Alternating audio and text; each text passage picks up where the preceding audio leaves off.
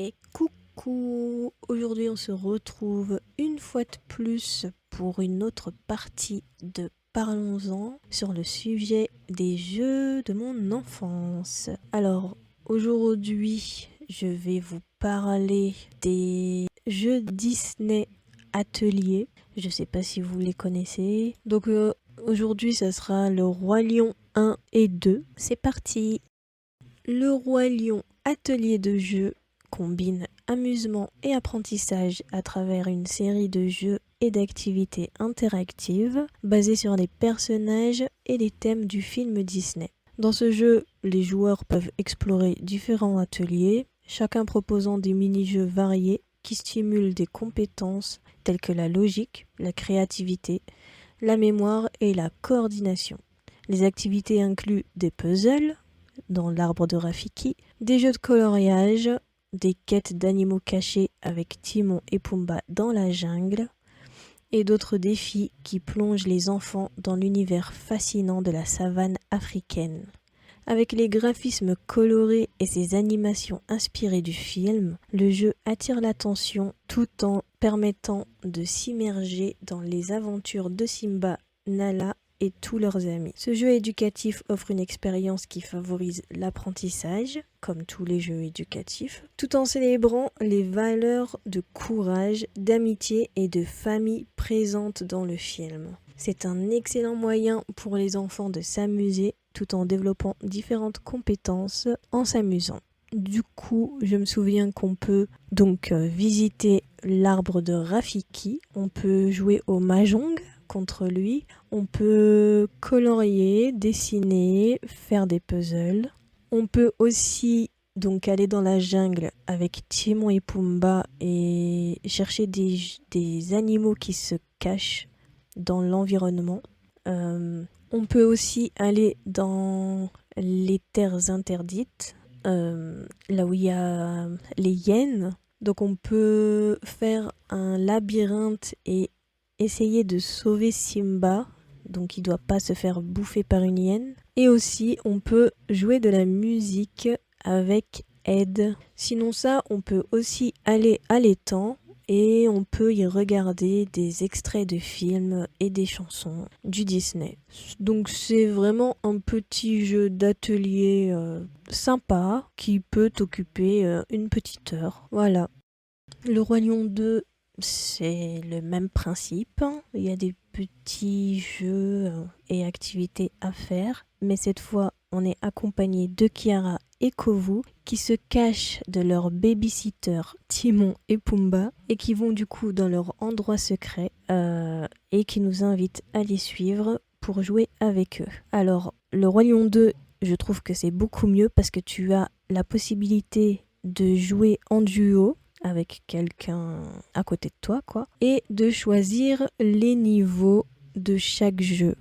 Donc tu as c'est quoi les titres? La valse des éléphants, je crois. Faut que tu fasses la plus grande chaîne d'animaux possible. Et du coup, si tu joues avec quelqu'un, vous pouvez vous amuser à vous rentrer dedans et à lui piquer tous ces animaux. Il y a aussi le casse-briques avec Timon et Pumba. Il y a le lancer de baies. Donc tu es dans les marécages et tu dois lancer les baies sur les crocodiles, des cibles, des serpents et éviter de toucher Timon et Pumba sinon tu perds des points. Et il y a aussi le labyrinthe. Je crois que le titre c'est Chassé-croisé. Donc si tu joues à deux, c'est beaucoup mieux, c'est plus drôle. Du coup, tu prends Kiara et Kovu et du coup, tu dois éviter Timon, Pumba et parfois même Zazu. Et du coup, tu dois laisser tes empreintes partout dans le labyrinthe. Et le joueur qui a laissé le plus d'empreintes gagne les plus de points, en fait. Et tu dois éviter de te faire choper parce que sinon, ils te remettent au point de départ. Et du coup, ça te fait perdre des points. Tu as aussi la possibilité d'avoir des choses pour t'aider à faire peur à tes babysitters ou à les ralentir.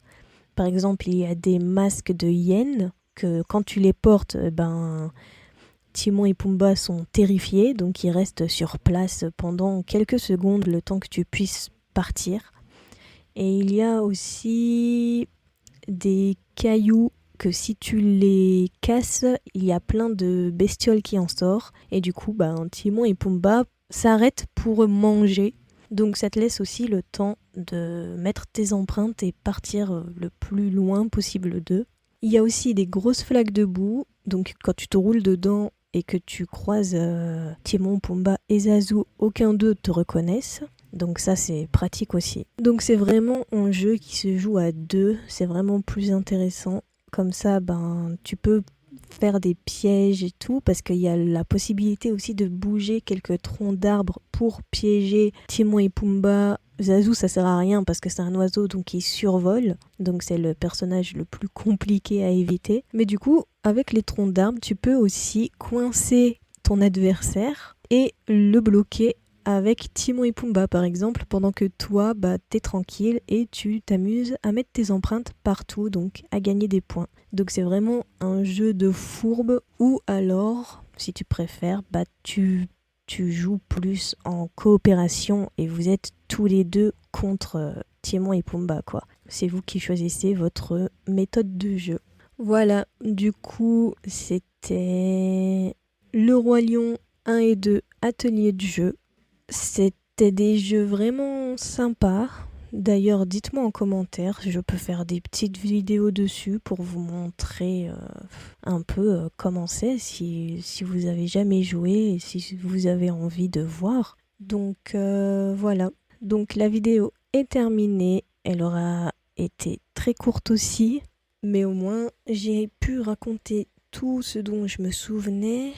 Donc il y a vraiment que ça à faire. Mais si justement t'es tout seul, tu peux jouer une petite heure. Mais si vous êtes à deux, par exemple, les parties de chassé-croisé peuvent durer beaucoup de temps quoi. Parce qu'il y a plusieurs niveaux et à chaque niveau, le labyrinthe change. Il y a des trucs nouveaux et tout. Donc vous pouvez vraiment passer du temps dessus. Voilà. Bref, du coup... on se retrouve dans une prochaine vidéo. D'ici là, portez-vous bien. Je vous fais plein de bisous. Et n'hésitez pas à me dire en commentaire votre jeu préféré dans les ateliers du Roi Lion. Ce que vous préfériez faire comme activité. Et tous vos souvenirs que le jeu vous rappelle.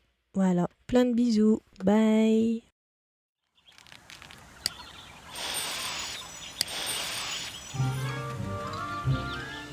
Tu crois qu'on arrivera à trouver l'endroit où Kiara et Kovu se cachent? Va savoir, ils peuvent tout aussi bien être au fin fond de la jungle à l'heure qu'il est. Il faut qu'on y aille, à un de ces quatre.